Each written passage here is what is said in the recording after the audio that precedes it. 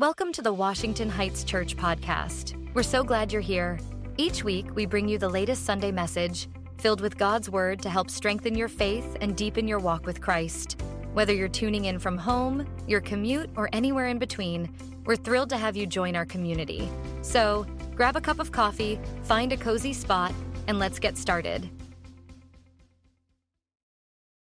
So Roy's out of town. He's in Nepal, and he does these pastors' conferences every once in a while throughout the year where he goes and teaches. About a year and a half ago, I had this guy named Stan come up to me and like, hey, Jimmy, can you do some pastor conferences, overseas? I'm like, dude, you got the wrong pastor, man. You need Roy. You want to throw a party? Do not ask him. I will throw the party, okay? But there's a difference in gifting, all right? I go, but you want Roy. So Roy's over there, and I had him send a message, and so he just sent this a couple of days ago. Just a simple greeting.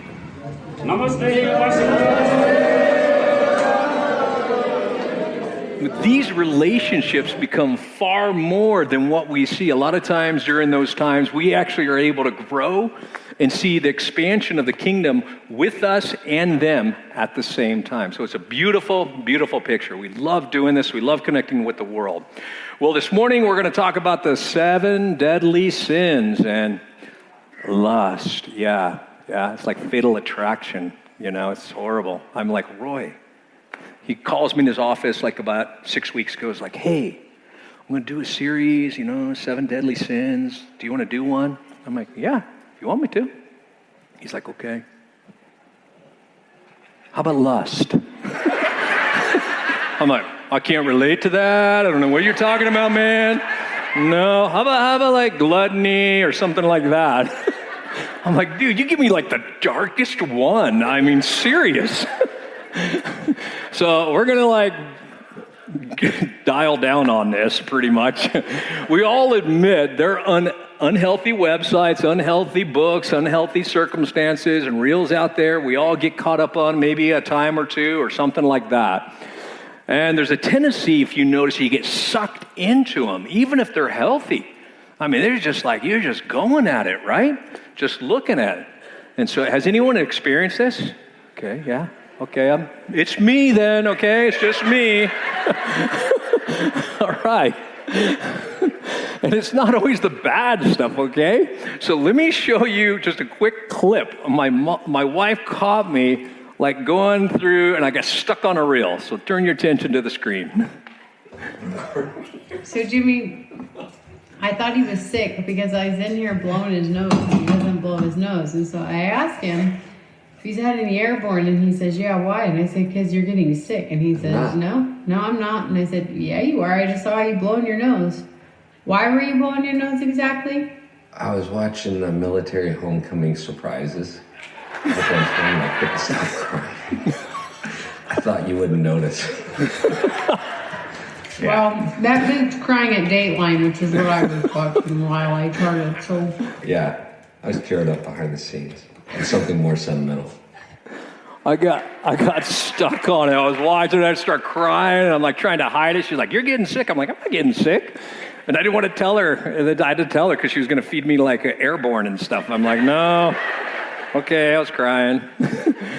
So let's begin with a story this morning, that leans on more the seductive kind of lustful choices of life. No matter what your background is, whether you're like a person of faith, not a faith, or exploring faith, I think there's something in here we can all relate to, see maybe where our choices have been good, our choices have been bad, or are we addicted to something? And so today we're going to look at the story of Joseph of Egypt. And if you're a Christian, or been here, or familiar with the Bible, you're used to that story, but it's actually being in conjunction with Potiphar's wife because of what took place there. Let me give you a little background before we get going about Joseph and jump into it. Joseph was one of 12 sons. He was the son of Jacob of the Old Testament. And it was openly his favorite son out of 12. I mean, he had no shame in hiding, this is the son I love. This is the one that's going to be awesome. This is where he showered the gifts and love to. Give him a multicolored coat, everything. So God gives Joseph, in the midst of this time when he was younger, a dream that the whole family, all the brothers and the mom and dad are going to bow down to him. And then, of course, Joseph, being young, he hadn't learned the kind of the way of communicating and when to say something and when not to say something, okay? So he's probably sitting around the family dinner one night, chilling, and like, hey, guys, let me tell you about my dream, okay? Because he did it with a little, attitude. And so he tells his whole family that they're all going to bow down to him. I mean, that just does not go over well. They already don't like him, other than the dad. And so the brothers are fuming, okay? They are like literally ticked off. So they plot to kill him. Okay, they're like, we're done with you. They all kind of get the plot together. But when it came to time to kill him, they're like, okay, let's just sell him into slavery instead. And so standing to be auctioned, this once proud young man is now humbled and becomes the slave of a guy named Potiphar. And this is where our story begins. So let's take a look at Genesis 39, 1 through 7. Now Joseph was taken down to Egypt. Potiphar, an Egyptian who was one of Pharaoh's officials, the captain of the guard, bought him from the Ishmaelites who had taken him there. The Lord was with Joseph, so that he prospered. He lived in the house of the Egyptian master. When the master saw that the Lord was with him and that the Lord gave him success in everything he did, Joseph found favor in his eyes and became his attendant. Potiphar put him in charge of his household and trusted him to his care, everything he owned. From the time he put him in charge of his household and all that he owned, the Lord blessed the household of the Egyptian because of Joseph. The blessing of the Lord was upon everything Potiphar had, both in the house and in the field. So Potiphar left everything he had to Joseph's care with Joseph in charge. He did not concern himself with anything except the food he ate. Now Joseph was well-built and handsome. Isn't that nice, huh? Just says it right there. After a while, his master's wife took notice of Joseph and said, come to bed with me. Well, it's just straightforward right there, all right? So here we go. So here starts the story of a married woman taking notice of a slave that she desired, okay? She didn't say she loves him. She didn't even say she was going to leave her husband for him. She just wants him. Now remember, she is the woman of status. She's got a lot of importance on her because she is Potiphar's wife. And she's probably used to getting what she wants. But isn't that the problem for all of us today? Getting what we want? And we can get it immediately, like that. Shouldn't we ask, is what I want really healthy? Is it good for me? Is it right? Is it damaging? We all know there are some things we should not want. Some desires in this world we should not entertain. There are appetites we should not feed. And at this point, his wife, sees something she wants, and she wants it. Maybe it's the first time she did this. We don't know. We don't know much about her background. Maybe this has been a pattern all her life. Either way, this is one of the few times in the Bible, very few, that it describes the physical features of a person. Joseph was well-built and handsome. Let's just say he was soft on the eyes. You know what I mean? It just said it. Usually it doesn't even describe it because it's making a point. It describes it. She must have been entertaining this for a long time. This is not natural. It just didn't come up like this. Why? Because the desire to have something that is not ours has to be fed well before the moment we try to cross that path. It has to be fed way before it. The steps toward it might seem even innocent or harmless, but in the end, its bite is like a rattlesnake. I think seeing him day after day, she begins to imagine in her mind and think of him so much that she becomes obsessed with who he is. So much that she begins to feed a desire for something that wasn't hers and she shouldn't have. You see, lust is often referred to, at least in the Bible, as a temptation of kind of a sensual desire for something that is not ours and we shouldn't have. And it's tempting because we want it. And it's just a click away, a book away. Maybe it's just a text away. We know we shouldn't, but we start to entertain the idea. But let's take a few moments and ask, how did Potiphar's wife get here? How did she come to a place where she was willing to throw it all away? How do we get there? I think once she began noticing Joseph, she started to request more of him.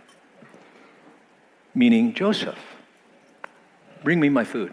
Joseph, help me set this up. Joseph, go get some flowers for me. She was intentional in making her paths cross his. She was intentional about creating moments that probably included kind of light flirting at first, in a way she looked at him, trying to catch his eye, saying, I want more. Words that could have a double meaning. Isn't it how it all begins, no matter who you are? Do we try to innocently cross the path for someone or something, but we shouldn't? It's our pursuit of temptation, no matter how innocent we claim it to be, that eventually sinks us. There's a verse in the book of Proverbs that describes her behavior with such accuracy. It says this, with her many persuasions, she entices him. With her flattering words, she seduces him. Suddenly, he follows her as an ox going to the slaughter. Let's close in a word of prayer, okay? That was pretty dark. Yeah, that was just rough. Now, this applies to men and women both. Creating a pattern is like lighting a fuse to a bomb.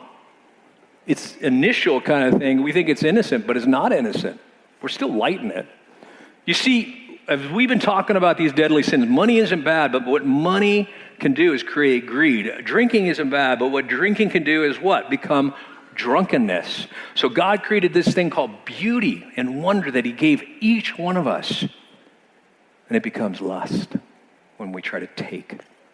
The problem with lust and misplaced desires that we shouldn't have is they often start innocent, but left unchecked, they lead to a dark path.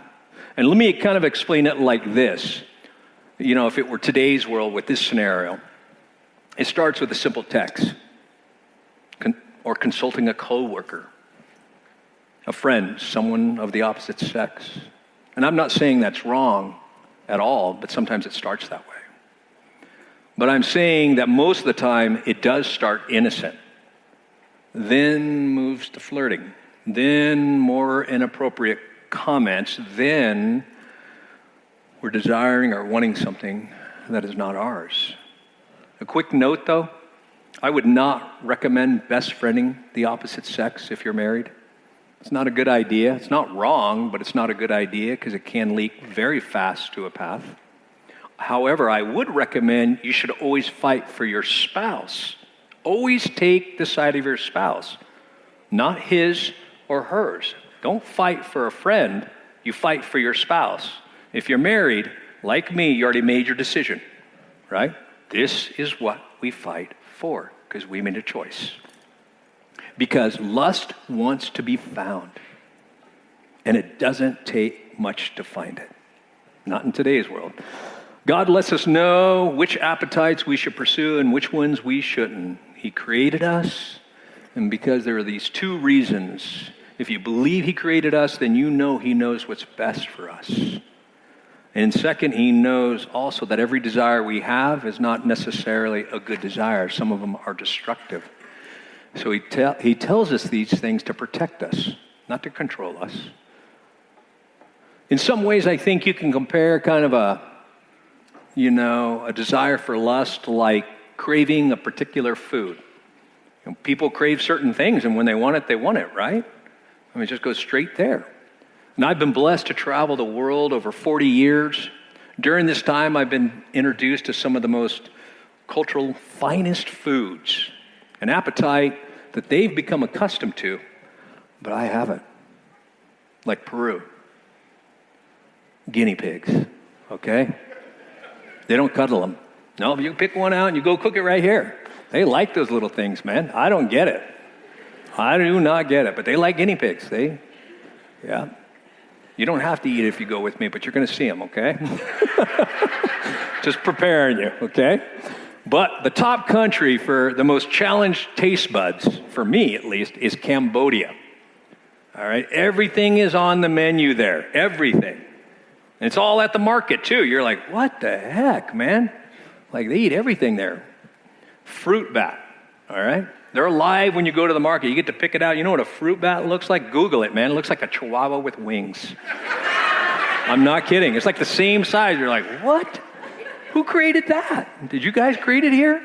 And they taste horrible. They're all greasy. They're just nasty food, man.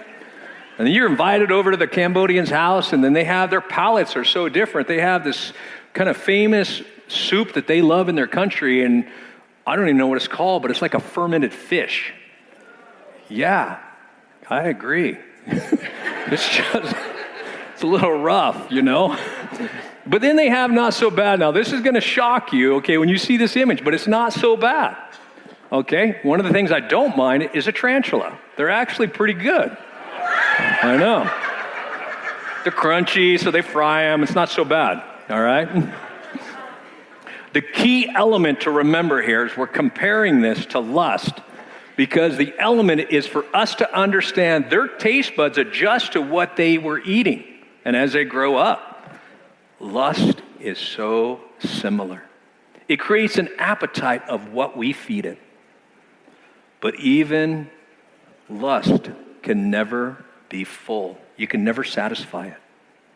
It's always a black hole that consumes you. And you don't control it. It controls you. You have to feed it or starve it. Those are our only two choices when it comes to that. That's the only two. But Joseph, being tempted at this level over and over again, we have to ask, what did he do? How did he respond? So let's look at Genesis 39, 8 through 10. But he refused. With me in charge, he told her, my master does not concern himself with anything in the house. Everything he owns, he has entrusted to my care. No one is greater in the house than I am. My master has withheld nothing from me except you. And though she spoke to Joseph day after day, he refused to go to bed with her or even be with her, because you're his wife. How then could I do such a wicked thing and sin against God? In the case of Potiphar's wife, it could have been an arranged marriage. We don't know. It doesn't specify.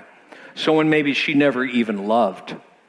She could have been neglected or abused, or maybe he was always gone on campaigns, doing his own thing. He doesn't meet my needs. He only cares about himself. I feel alone. He never understands me. I want to be wanted. I deserve it. It's probably some of the things she was telling herself. One thing is clear. She had a void in her life that she was trying to fill. The gap in her relationship with her husband goes way beyond physical intimacy, though. We think it's about that. It goes way beyond that. And it speaks more about her disconnection with God, about our disconnection with God. An 18th century theologian recognized this and said, every time a man knocks on a brothel, he is really knocking for God. I don't judge her. I don't condone her actions. The difference between Potiphar's wife and a lot of other people is her brokenness is visible. She's visibly pursuing it. Unlike many of us, our pursuit for lust is done in secrecy, hidden for the world to see, hidden from the judgments. But how many of us have knocked on the door of a brothel online in secrecy? That's the tough one. So I was at Grounds for Coffee, one of my stops, just chilling, having a cup of coffee. You get to know the people who go there on top of going there, and just the workers. And so this guy was in college, it was a couple years ago, and just chatting with him, and then he didn't believe in God, and he starts wanting to debate me. I'm like, okay, let's talk. Yeah, I like that stuff, So he starts talking, and then all of a sudden he somehow came up, he goes, well, I don't believe lust is a sin. I'm like, okay. I go, I hear what you're saying, but I don't think you really believe that. He's like, well, what do you mean? I go, if you really didn't believe it was wrong, why don't you bring your computer here at the coffee store and look at it? He's like, what? Oh, yeah, it got awkward real fast, huh? I go, yeah. I go, let me tell you one other thing, because you do it in secrecy. And so even by your own actions, you're saying there's something wrong with it, which is weird, right? And he's like, okay. And I go, here's one more thing. I go, the volume that you are looking at something, when you get married, your wife will never meet your expectations. You're already working on your divorce. Because that's what it does. It takes from us. It takes from us. She was relentless in her pursuit of him. You see, our soul longs for beauty and wonder. There's something in us that was created from the beginning of our connection that wants beauty and wonder. It's something we all long for. We see it in a sunset. We see it in beaches, mountains, sunrises, untouched meadows. We see it in each other. We see the beauty and wonder in each other. But there's something in us that's never satisfied with it, right? We always want more. Have you ever seen a breathtaking sunset or sunrise? And it was just the most amazing one you saw, and like, I don't need another one. No one does that. Because we always want the next one. Because we long for it. It's already inherent in us. It's already in us. And it's this wonder in us that's always wanting more. So here's what I think too. While beauty is the object, wonder is the pursuit of it. And I believe there's only one thing in this entire universe that could actually bring satisfaction to that. Because we're always looking, even when you get married. Nothing is satisfying in this world, but we want something to be satisfying. You know what it is? God. He's the only thing big enough that we're looking for to fill the void in our life that is the most beautiful for all eternity, the most wondrous, where we never, ever will get bored. The pursuit should be Him. It won't guarantee we're not going to sin anymore, but it'll get better. The pursuit should be Him. I read a quote a long time ago, but I never forgot it. It's a general statement that I believe is true in most cases. It says, girls give sex to get love, while guys give love to get sex. I heard that 40 years ago when I was like almost 20, not quite. I'm pretty old.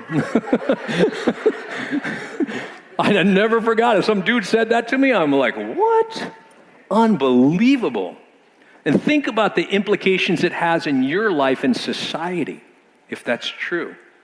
Generally speaking, guys, we're kind of visual. The danger zone for us is online often. Most guys struggle with lust. I don't know what the other ones do.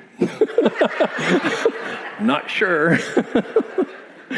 But there's a struggle there. And they want to see it.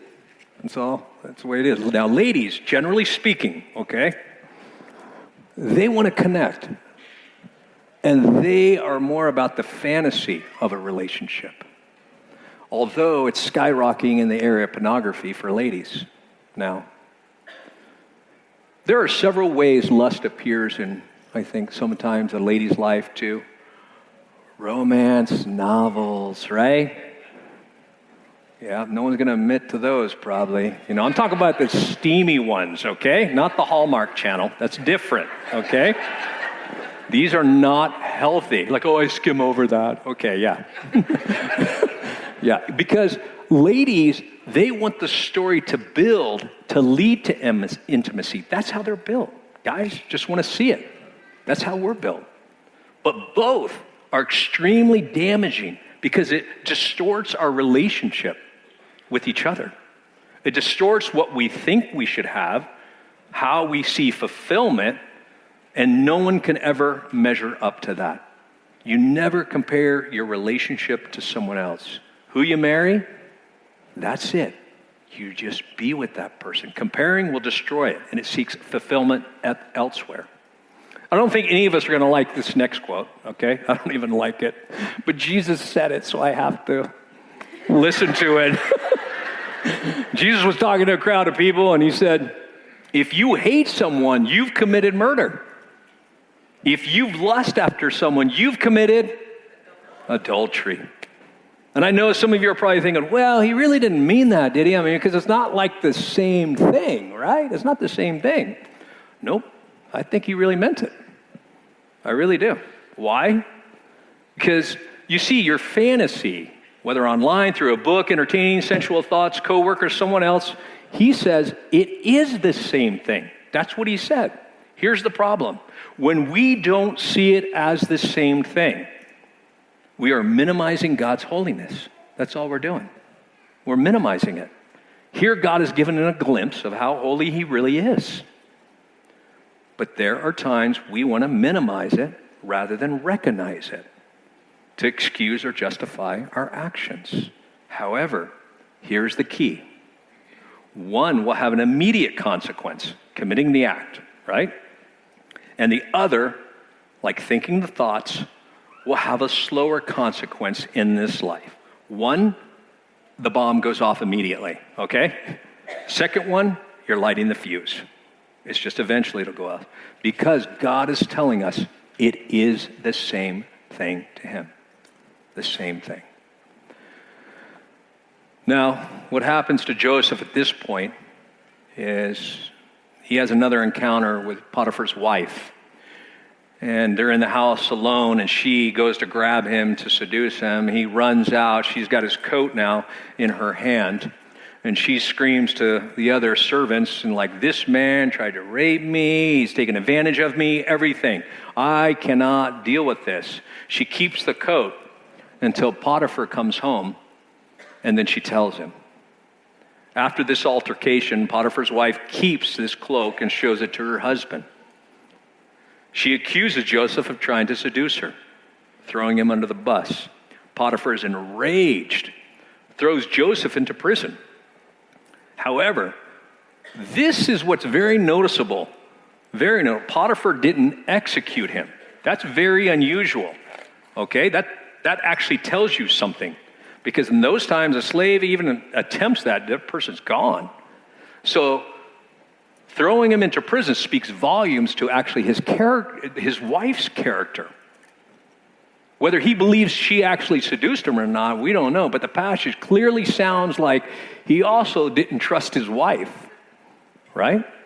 But he may have believed Joseph, but he couldn't let it go because it is a servant, so he throws him to prison. And God uses him from there. I want to leave you with this. There's a Christian organization called Focus on the Family by James Dobson. He's a Christian psychologist, which is committed to helping families thrive.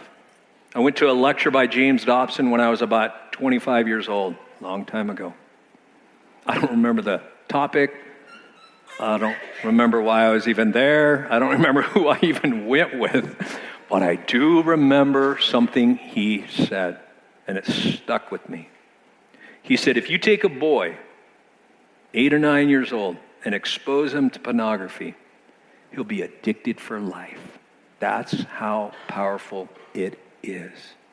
Parents, protect your children. Maybe you didn't get it right.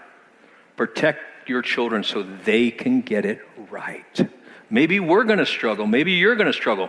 Protect your children. Give them a chance to be free from what we've created in this world. As powerful as lust can be, there's always hope. Always. There's always forgiveness. God's not surprised when I sin or something like, oh my gosh, there goes Jimmy again. Luckily, he knows me. He knows you. We're all together in this. No matter what it is, we're all together in this. There is forgiveness. But instead, he's there to say, I can help you. I can be with you. Pursue me. There's hope. So some quick one-liner. Start avoiding temptation and not running to it. Start by being honest with God bearing your soul before him. Just be you with him. He already knows you. He already accepts you. He already loves you. Just be with him. Start by setting boundaries to protect yourself and your marriage or your relationship. Start by having someone you can be accountable to. You're not alone. We're not alone. We all have each other. We all need each other. Consider Celebrate Recovery here at Washington Heights on Tuesday nights, where we created a safe place for everyone to talk about their issues. All the issues, not one issue, all of them, because we all have them. Do we all have issues? Dude, there we go again. What's wrong with you guys, man? It's me again. It's just me. We all have issues. And so we all have each other, and we can be open and transparent with each other. No one's above anyone. We're all on the same playing field. That's how Jesus did it. How can we apply it this week? One simple big idea. What you feed grows. What you starve will die. It'll die. Start starving your sins, okay? Would you pray with me? Lord, thank you so much that we can all be here. Thank you for who you are. Thank you that you're a God who loves us so dearly, that you've made a way back to you, despite who we are at times. Thank you, your forgiveness is always just reaching out to us, no matter what we find ourselves in. Father, I pray that you'd strengthen everyone here. Allow us to grow together, be together, and just help people find you more and more. So be with everyone this week. We love you. In Jesus' name, amen. We hope you enjoyed today's message. If you found this sermon meaningful, please subscribe, rate, and leave a review. Your support helps us reach more people and spread the word. Stay connected with us throughout the week by following us on social media at Washington Heights Church on Facebook and Instagram, and by visiting our website at whc.faith. For more information and additional resources, check out the podcast description below. Thank you for joining us. See you next week.